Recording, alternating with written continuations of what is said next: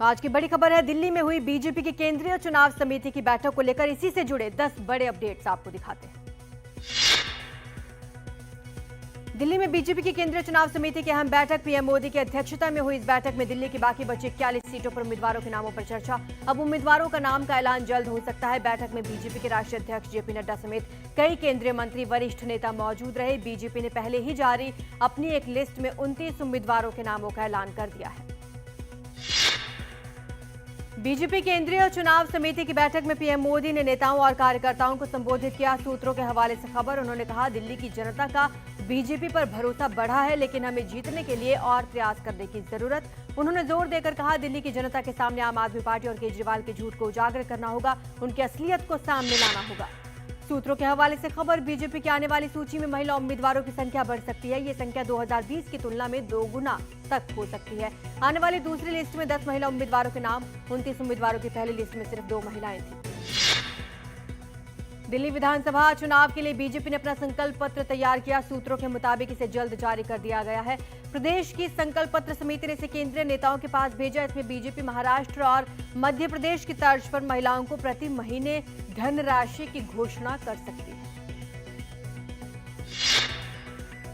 दिल्ली की चुनावी जंग में दिग्गजों की एंट्री पहले ही हो चुकी है। अब केंद्रीय गृह मंत्री अमित शाह जवाहरलाल नेहरू स्टेडियम में झुग्गी झोपड़ी समूहों के प्रतिनिधियों को संबोधित करेंगे। इस कार्यक्रम में दिल्ली के अलग अलग समूहों से करीब 3000 झुग्गी झोपड़ियों के प्रतिनिधि भाग लेंगे।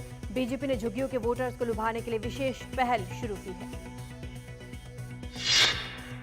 दिल्ली चुनाव के प्रचार में 13 जनवरी को कांग्रेस नेता राहुल गांधी उतर रहे हैं। इस दिन वो सीलमपुर इलाके में एक चुनावी जनसभा को संबोधित करेंगे। इस कार्यक्रम को लेकर कांग्रेस ने खास तैयारी की है। बताया जा रहा है, इस रैली में उनके साथ प्रियंका गांधी, कांग्रेस अध्यक्ष मल्लिकार्जुन खड़गे मौजूद रहेंगे। दिल्ली विधानसभा चुनाव के लिए आम आदमी पार्टी सॉफ्ट हिंदुत्व पर दांव खेलती नजर आ रही है। आम आदमी पार्टी ने दिल्ली विधानसभा चुनाव से ठीक पहले सनातन सेवा समिति का गठन किया। शुक्रवार को इस समिति के पदाधिकारियों की घोषणा कर सकती है। आपने सनातन सेवा समिति का प्रदेश प्रभारी घनेंद्र भारद्वाज को बनाया, जबकि विजय शर्मा को प्रदेश अध्यक्ष नियुक्त किया गया। आम आदमी पार्टी के मुखिया केजरीवाल के यूपी और बिहार के लोगों के फर्जी वोटर बनाने वाले बयान ने दिल्ली की सियासत में उफान ला दिया है। केजरीवाल के बयान को लेकर बीजेपी कार्यकर्ता सड़क पर उतरे। पुलिस ने केजरीवाल के घर की तरफ जाने से रोका। बड़ी संख्या में कार्यकर्ताओं को हिरासत में लिया गया। दिल्ली की सभी 70 सीटों पर एक ही चरण में मतदान होना है। 5 फरवरी को वोट डाले जाएंगे, 8 फरवरी को नतीजे आएंगे। कल से ही नामांकन भरे जा रहे हैं, जो 17 तक भरे जा सकेंगे। 18 जनवरी को नामांकन की जांच होगी। 20 जनवरी तक उम्मीदवार अपना नाम वापस ले सकेंगे। दिल्ली चुनाव की तैयारी में दिल्ली पुलिस भी जुटी हुई है। इस बार चुनौती इसलिए ज्यादा है क्योंकि गणतंत्र दिवस के दौरान चुनाव प्रचार अपने चरम पर होगा। ऐसे में सुरक्षा बड़ी चिंता का विषय है।